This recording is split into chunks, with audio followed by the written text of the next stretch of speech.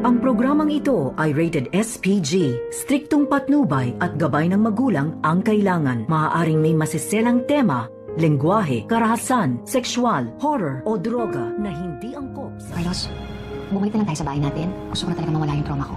Kailangan ko na talaga siyang harapin.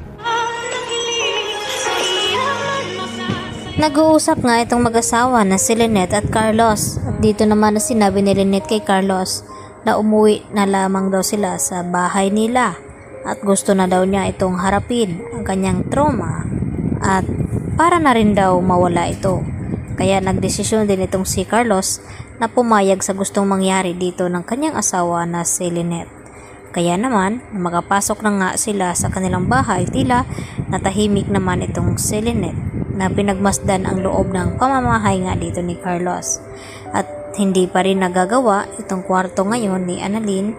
Yun naman ang pangako nga ni Carlos na kapag nagawa ay pwede nang lumipat ulit dito si Annalyn sa tahanan ni Carlos Benitez. At napagkasunduan din nila na tinatanong nga ni Carlos Benitez itong si Lynette kung sakali daw siyang magiging ina dito ni Zoe, papayag ba daw siya. At dito naman na sinabi ni Lynette na hindi niya maipangako kung sakali lang naman. At dito rin na kadagdagan na tanong ni Carlos na kung sakaling siya daw ang nagiging ama dito ni Zoe, matatanggap nga ba daw dito ni Lynette? At ang sagot naman ni Lynette na ibang usapin na yon, siguradong magkaproblema daw silang dalawa ni Carlos dahil kung bakit nagawa daw ilihim ni Carlos sa kanya. Kaya tila natahimik naman itong si Carlos Benitez nang sabihin niya dito kay Lynette ang mga iyon.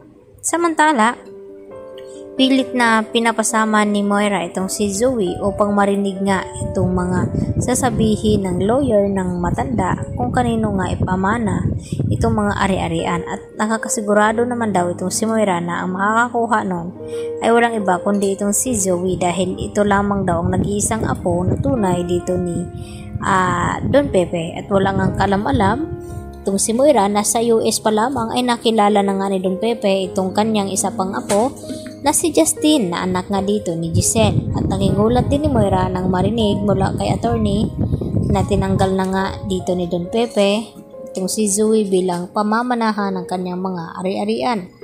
At ang nakakuha nga ay walang iba kundi itong si Annalyn at itong si Justin. At dito naman ay ipagtatanggol daw ni Moira ang karapatan ng kanyang anak dahil hindi daw pwedeng madihado ito. Dahil si Zoe lamang daw ang legitimate na anak ni RJ dahil wala pang alam ang mga ito.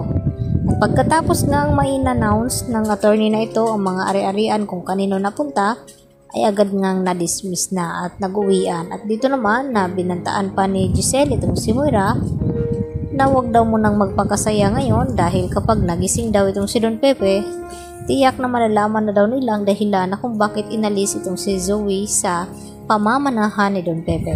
At dito naman na alerto itong si Moira. Kaya agad din na lumabas itong si Moira upang tawagan nga itong kanyang anak na si Zoe na kinakailangan daw mag-impake nito at umalis sila at magpakalayo-layo bago pa magising itong si Tanda at masabi sa kanila ni Giselle at RJ na may kinalaman nga itong si Zoe sa nangyaring aksidente at itong si Moira.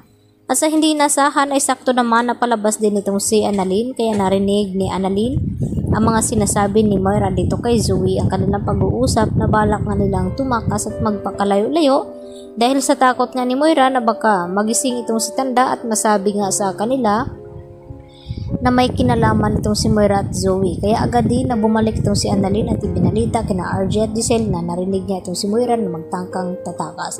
Yan lang po at marami pong salamat.